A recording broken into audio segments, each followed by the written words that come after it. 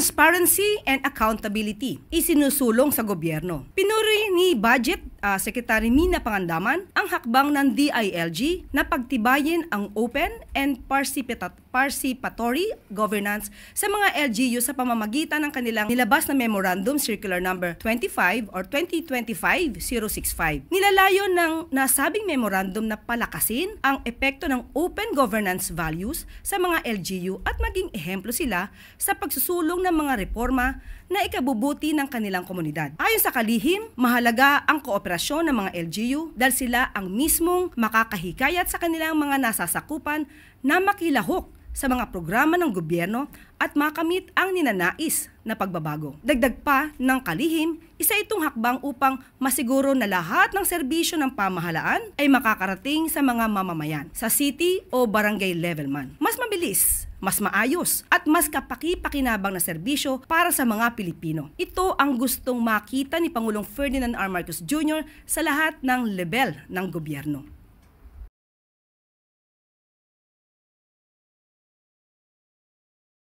Dream of a better world where governments truly serve the people. We start by opening doors to trust, to transparency, to collaboration. This is proof that when we act with purpose, governance becomes not just a duty, but a bridge between the government and the people.